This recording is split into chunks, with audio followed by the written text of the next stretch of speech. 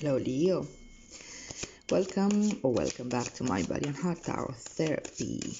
I'm here to do the reading for the last month of the year, December. A very eventful month, astrologically speaking. Yes, for Leo, Sun, Moon, and Rising signs for, I just mentioned December. Hope you're well, Leo. It's been quite a year. A lot's been going on. This is a general reading, right? So it will not resonate with everyone. If you take what works for you, what lands with you, and let the rest go. You have the Ten of Pentacles as the current energy. Let's see what's the challenge. And also, it will resonate differently if Leo is your moon, your sun, or your rising. Eight of Pentacles as your challenge. Let's see what's the advice from my dear Leo. Three of Cups. And future energy for Leo, Sun, Moon, and Rising signs, December. Eight of Swords. Okay. Bottom of the deck, you have your card, Strength.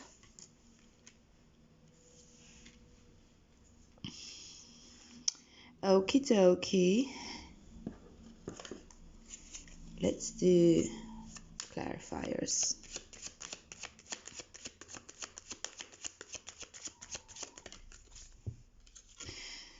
So you have Three of Pentacles, the Ten of Pentacles. Why is the Eight of Pentacles here as challenge? Please clarify this. Five of Pentacles. Okay. Why is the Three of Cups as your advice?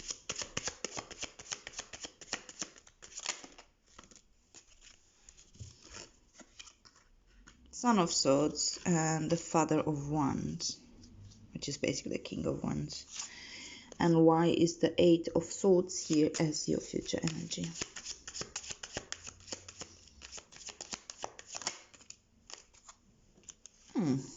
Mother of Wands and Hierophant. And you have the Three of Cups again as the theme of your reading with Strength. Let me put this down a little bit. It's interesting how it's just a candle here and the reflection goes straight into the center of these cups here.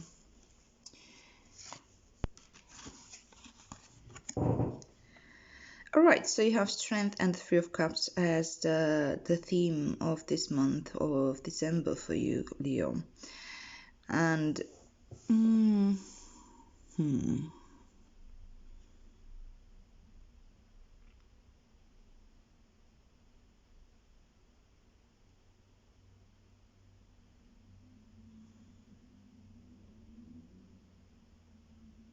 no, sorry, just taking it in a little bit, the whole story.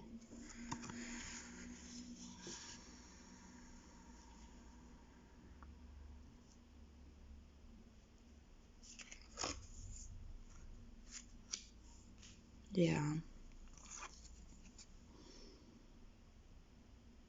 You have three threes, and it's interesting that the Three of Cups comes up twice. I think this month the theme for you is to have the strength to be vulnerable and have the strength to reach out,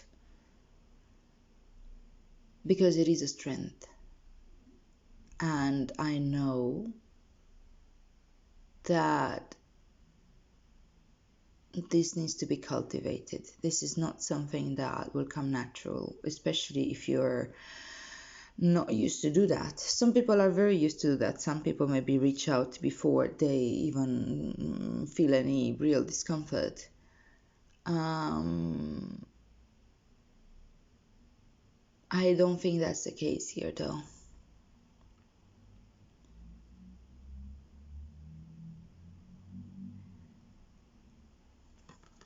I don't want to explain a little bit this though, because it's not like if you don't have the strength, it means weakness, it means that something is bad or wrong with you.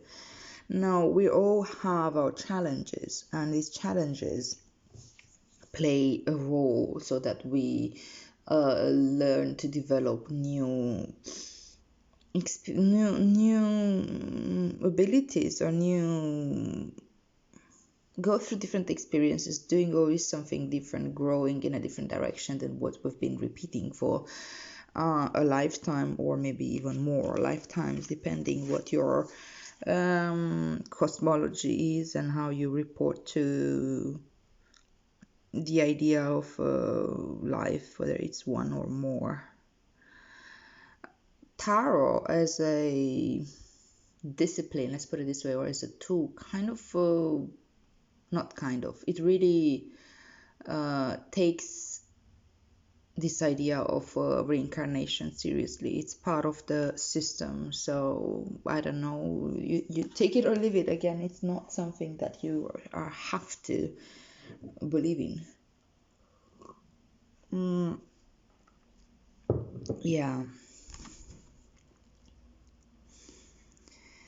But I think that it's very important for you now to make use of your circles, of your support circle, to connect with people from, by including all of you, not just the parts of you that you deem as these are okay, these can be acceptable. I can show up to my friends or within a group only if I behave like this, like this, like this, and yeah, I don't show the darker, the fiercer, the scarier parts. Maybe it's if you're afraid even to come into your natural leader position, and it's understandable because sometimes there are many leaders in a group. You're not the only one with leading capacities. Aries is very much a leader as well.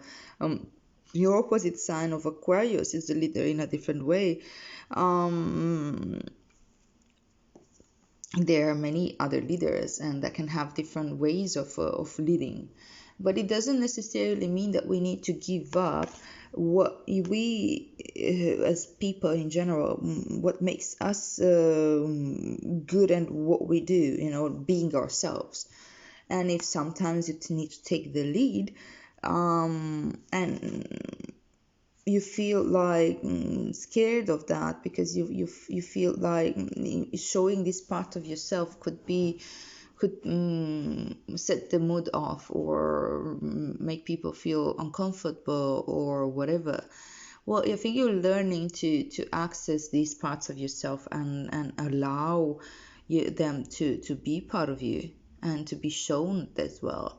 It doesn't necessarily mean that you need to come into tantrums, or that you need to always take the lead, or always have to be at the center of attention. This is a bit of a Leo thing, likes this a lot. But at the same time, we can't. You need to also honor who you are and what you are, and how you navigate the world, your reality, your perception of reality. It's perfect and great to learn that there are other perceptions of reality, and it's also great to develop also other aspects of yourself. You're not just Leo. Your chart is not just Leo. Leo is maybe just your sun, moon, or rising, or a number of things in your chart, but not. It's not like it's the only thing that defines you. So yes, take into account aspects of yourself that maybe you've put down, or you felt like you had to edit because you were afraid that they would be rejected. Maybe you've been rejecting within yourself. Maybe they've been rejected at a very young age, by your caretakers or parents or teachers or society at large, the culture you're coming from. Certain things are obviously not able to be validated and sustained because that's how society works. Now it's you're being asked, I think, to reintegrate these aspects of yourself and allow them to be showed. allow that. So that requires vulnerability and that requires courage at the same time, and requires a bit of trust. Well, trust in yourself, that you have the emotional maturity to not allow the lion to take over or just the mind to take over. You can sustain both. You can make space for both, like a pair of opposites within yourself, and especially the parts of it that you're afraid of as well. And it also requires trust in your soul family, your connect support group, that they can take it and they might actually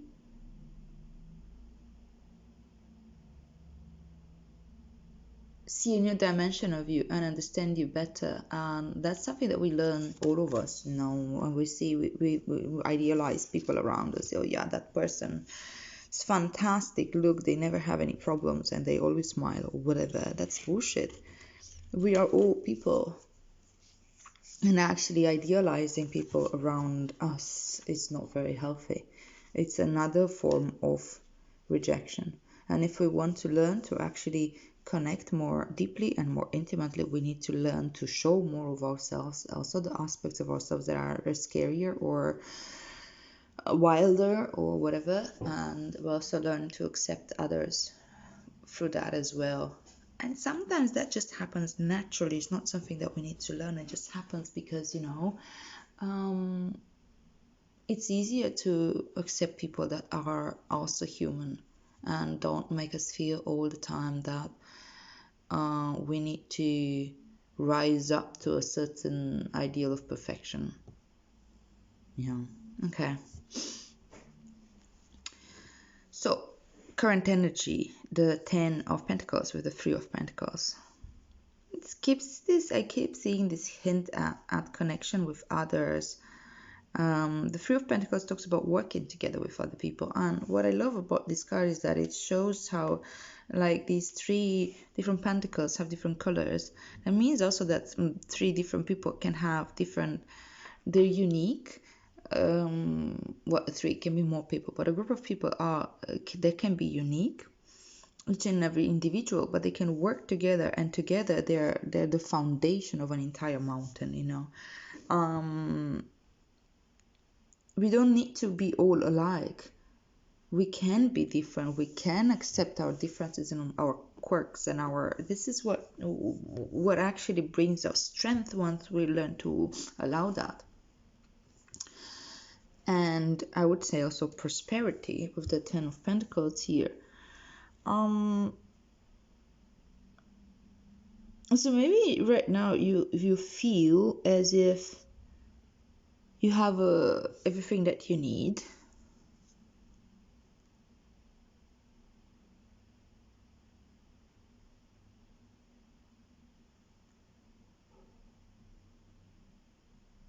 And you may feel connected with these different people in your life. Could also be played out internally with different aspects of yourself.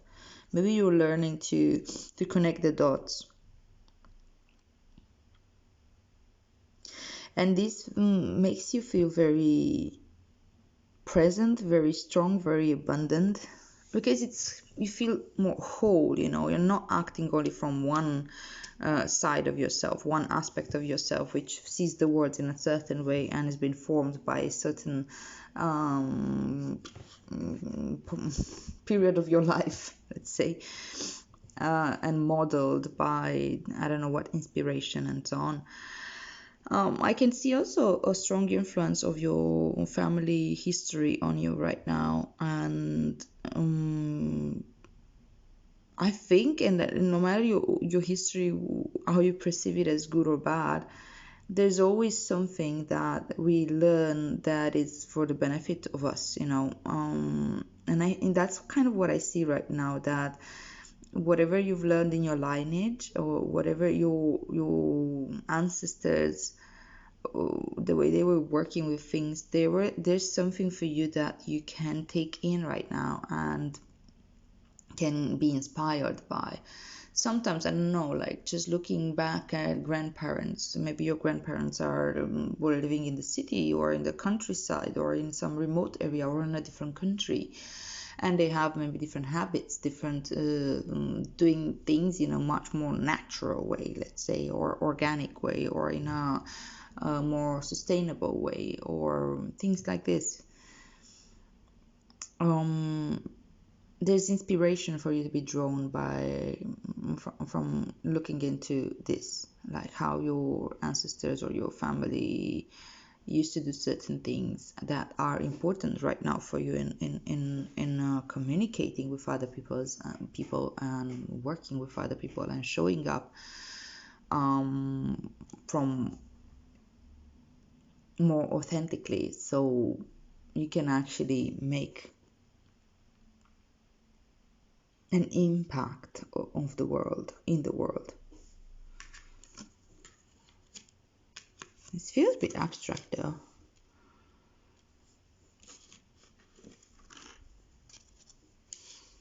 And I find it interesting that it comes with this contrast of the Eight of Pentacles with the Five of Pentacles as your challenge. Because, okay, there's this invitation, and there's this for you to incorporate different aspects of yourself, to show up in the world like this with a more fuller aspect of you, and then you maybe feel like this abundant connection with the world somehow, or with this continuity of lineage and what you're putting out there. And yet you have also Pentacles as your challenge, which are Eight of Pentacles, which is basically hard work and routine and perfecting your craft and things like this, and the Five of Pentacles, which is basically this challenge of freedom and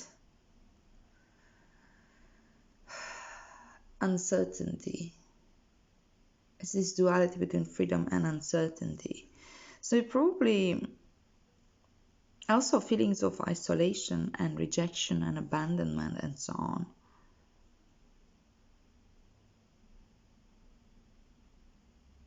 Okay, the way I read this, the way this comes to me right now is that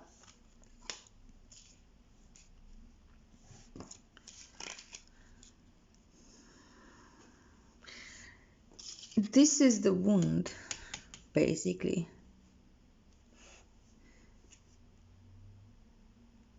This is the wound that needs to be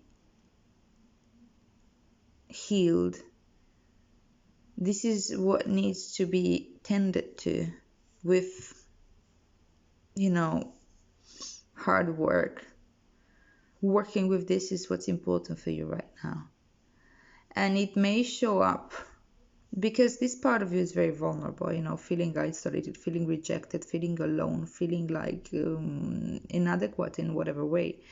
And that part of us where we have this point of deep fragility is very well protected by these like threshold guardians and defense mechanisms that we summon in order to for that part of us to not be revealed to, because we are incredibly vulnerable in those points. So we always like build up naturally build up. It's not like something that you did on purpose, but we build up these monsters, demons, not monsters and demons, I don't know, that's a wrong expression probably, more like some these fierce characters that are surrounding and protecting this very vulnerable parts of yourself. And sometimes we ourselves even don't have access to that because it's so well hidden. And I think that you're being called to really work with incorporating this and finding this part of yourself, and allowing it to feel it's okay, you are safe, that it's okay for you to show more of yourself, that it's okay for you to allow whoever you are today to nurture the part of you that felt very hurt at some point in time, and understand that that's not whatever conclusion you made of yourself at that time, or what was reiterated and later in life again and again and again, is not the reality. I think this is the last, the last part of Saturn and Jupiter being in Capricorn, which is really asking you to settle down this once and for all. Hey, your worth does not stay in other people's ability to accept or reject you. And in fact, deep down, at a different level, we cannot really be rejected. Not really. Because people are so focused on themselves that when we meet, most of the time they don't have the capacity to even see who we are, or we don't see who they are. We just see these projections and these like interpretations that we give based on our past, on our lenses that we use to see the world. And yeah, sometimes when somebody just can't include us in their lives, is because we remind them of an aspect of themselves that they can't include within their lives. So that's they're rejecting themselves in fact, Oh, this is gonna be a long reading. That's how it feels. But my dear Leo, whichever aspect of yourself felt like it was rejected, and wherever that deep wound of separation and abandonment is, it is now, you have the capacity, because you have so much more understanding of who you are and aspects of yourself, and you feel like somehow connected to the I don't even know what to call this, because I can't necessarily say it's the family, because I don't know a family situation, but yeah, this inspiration of how a community can deal with different individuals, and how, what makes a community, what makes a family, when you leave no one behind, and when how to resolve conflict and things like this. Tribes as well, if that works for you, whatever the inspiration is coming from, I think you have it. It's there, it's present within you. You feel somehow connected, and you're able now to do this work. It is challenging though. You don't want to do it, you don't want to feel these things, you don't want to address it, because that allows you to again go back and be like, hey, what about that part of me? Isn't that more true than everything that I've learned so far, and whatever? Well, no, it's not. And this is that you need to inform this part of you that, hey, I've survived, I'm okay. Other people's opinion, whether they accept me or not, is not what defines me. And I'm learning to, first of all, integrate and accept myself, and this alchemic process that comes with it's not really alchemy, but strength. It is bringing two sides of yourself together, the knowledgeable, wise, compassionate part, and the wild part of yourself that has been maybe shoved into the basement of your mind.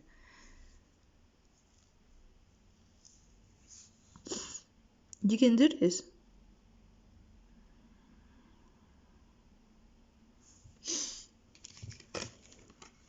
And again, as advice, it comes the Three of Cups. I think that it's really important that you even in this process of yours of integrated aspects of yourself, like this is it, like it's the hardest point to ask for help when we carry the wound of rejection, because we can feel like, okay, why would anyone care?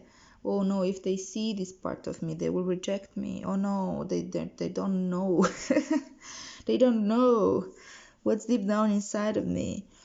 And it's probably important for you to practice with this, to learn to communicate, and for if you hold space for this part of yourself with compassion, with care, like a caring parent, in this case like a caring father, learn to father that part of yourself, and bring it into the world, and allow the world to nourish it as well. The world, your world, your support group, your friends, your family, your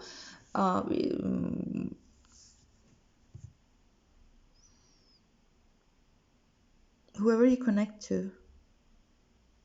And if you're not feeling connected to anyone, allow yourself to make the connections. Make that step. For the people in your life that have the potential, that they care.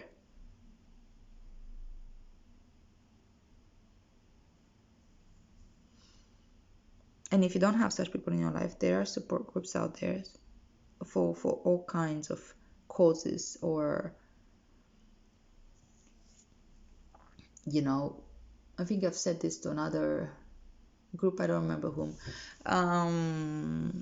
There's like inside dialogue groups that are combining meditation with dialogue, and there's like very deep sharings with different individuals that practice.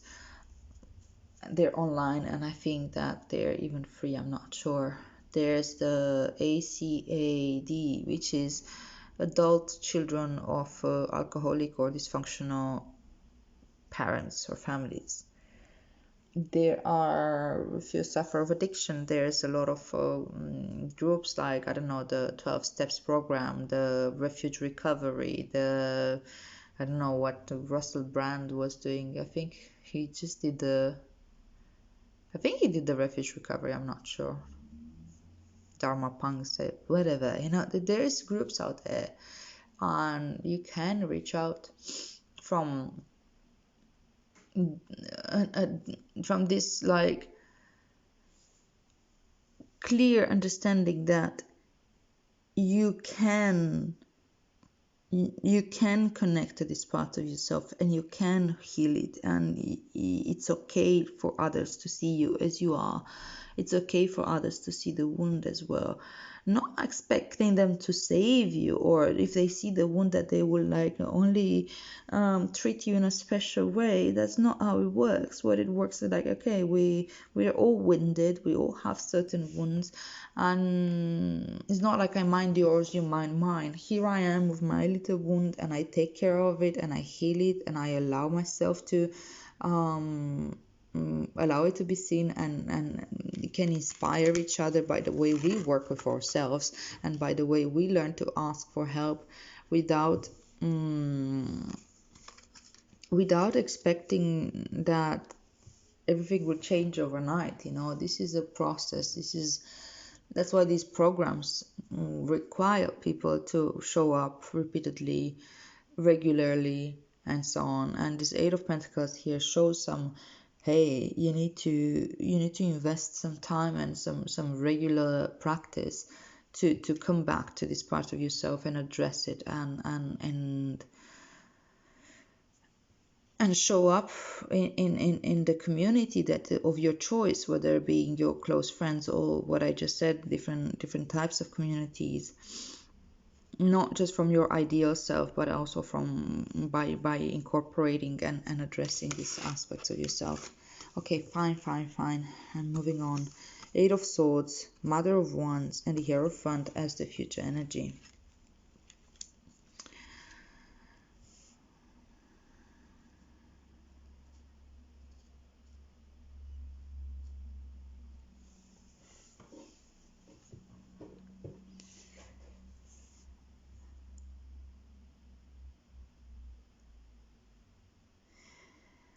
I think the Eight of Swords here in particular talks about a growth of the mind, actually.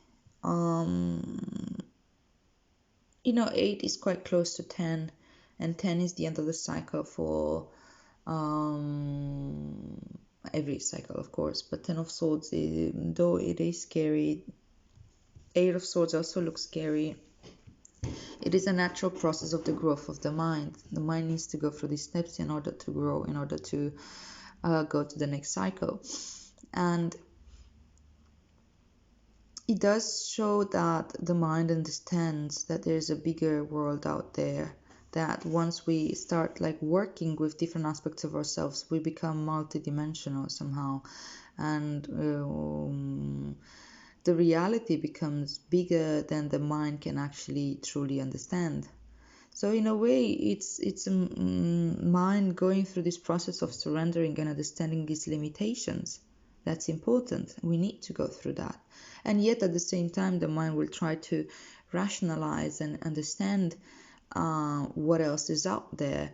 And that's part of the mind's work as well. So it's a bit of a paradox of surrender and the need to understand.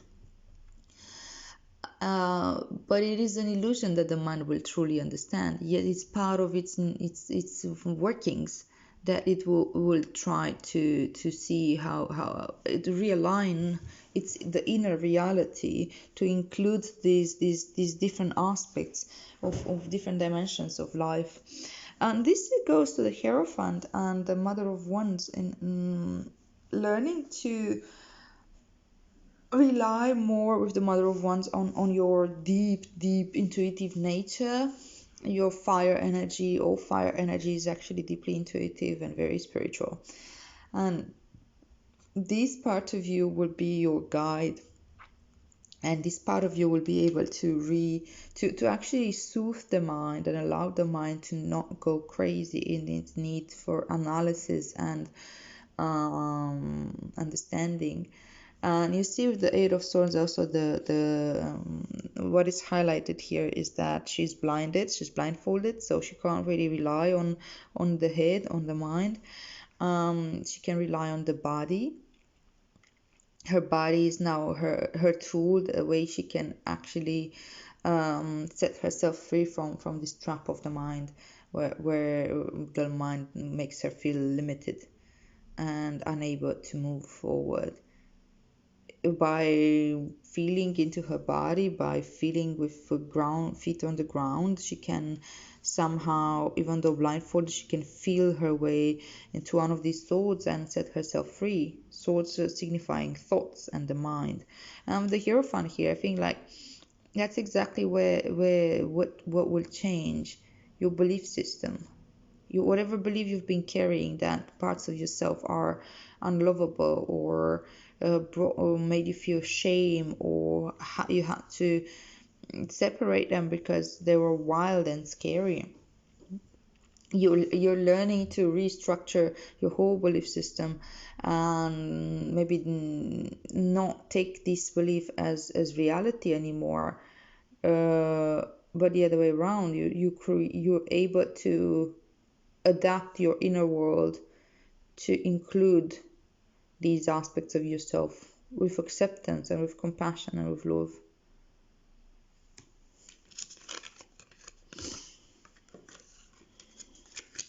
Okay, let's see what's the message from the Rumi Oracle. I really ought to put less cards actually. I think the next readings are gonna be with like 2-3 cards max. From nothing to everything. Yeah, you're really asked to let go of like these beliefs that give birth to certain stories about how you're inadequate in one way or another. 16. Let's read.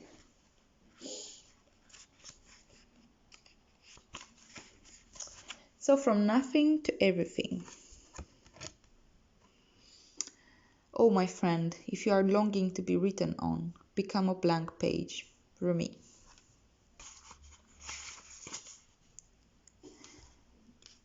There are moments on the path of love that seem to focus on letting go of identities, of knowledge and certainty, of opinion, and even attempts at control. We may feel as though we are being stripped back to our core, and even then, perhaps further still, we may wonder if we can bear it. What shall, if at all, remain intact through these rigors? Can we bear it? No. Where was I? We may feel challenged every time we attempt to become something great, as though we are blocked by circumstances beyond our control. Again and again, it is as though a greater hand smacks our wrist at the moment we try to take hold of something firmly, someone, anything that brings us certainty or inner stability. Such are the rigors at an advanced stage on the path. We meet this challenge when our soul is ready for it. Yes, actually, this is it. This whole feeling of like rejection. We need to also understand that many times when we feel we're rejected, it's because we're looking for somebody else to provide for us what is it that we need to provide for ourselves, that inner stability. And that's the lesson. It's almost like this greater power tells you, don't go that way, beloved. That path is not for you. And we learn to accept the closed doors rather than that's just not what I need right now, and develop this faith in this higher power that it knows what it does, better than my ego does. Okay. So we meet this challenge when our soul is ready for it.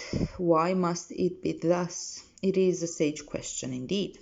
When we are asked to dispense with our story, the interpretations we have given to our life experiences over the years, we may not hear the request at first. We may vaguely note it, but not recognize the great divine source asking this of us, and so we do not give such inclination due accord. We may persist with spinning our own tales instead. Oh, our mind likes to make up these stories. It may fancy itself a great wrangler of the world, of the world. Yet, in comparison with the divine tale of our soul, all our fancies shall pass away, revealed as so very frail, like clouds dissipating in the sky. Perhaps we are graced with the realization there is so much more. Yeah. Or perhaps we still don't get the hint and move into struggle as we try to enact what we think our story should be. We may hit obstacle after obstacle and create even more terror in our storytelling that life is such pain, a struggle, that a success may not be for us, that we are forgotten and unheard.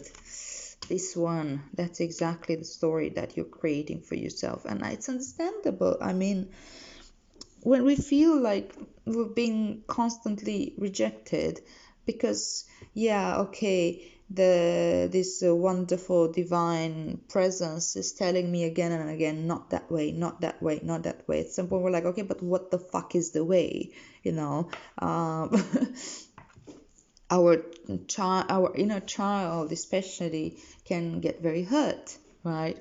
So it's understandable.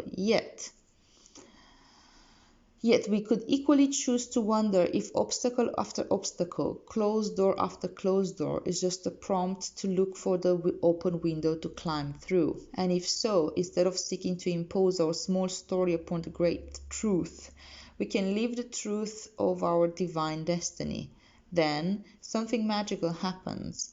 We participate through presence along with the unfolding story of our soul journey. We open up to whatever is asked of us, presented to us, happening through us, as we choose each day to come alive as much as we can.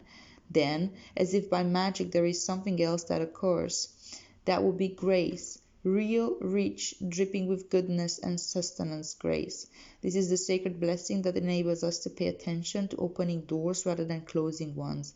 The divine assistance that lets us know our life is proceeding according to a greater intelligence and plan.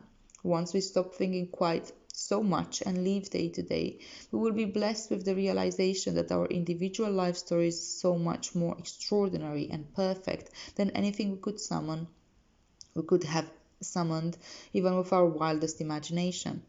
This oracle comes with guidance for you. You are being asked to let go to receive, to become empty to be filled. This may mean letting go of an attachment to a lover so you can receive genuine love. It may be of no longer holding on to a fantasy of your dream job, but being guided into your most soulful and successful vocation. It may mean letting go of wishes for your body or health to be other than it is, so you can simply get on with living each day, taking steps into wellness without thinking beyond one day at a time. It is the divine paradox that when we are asked to surrender a story or fantasy, it is because reality is knocking at our door, more often than not, with the delivery of what we have been fantasizing about, but in the best way for us. The human experience of this paradox is that you may feel you are giving up hope, that your fantasy is dying. It may be very painful and bring you much grief. But all that is dying is your attachment and opinion of how it must be.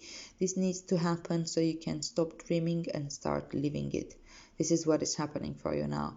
Do not fear any part of your process.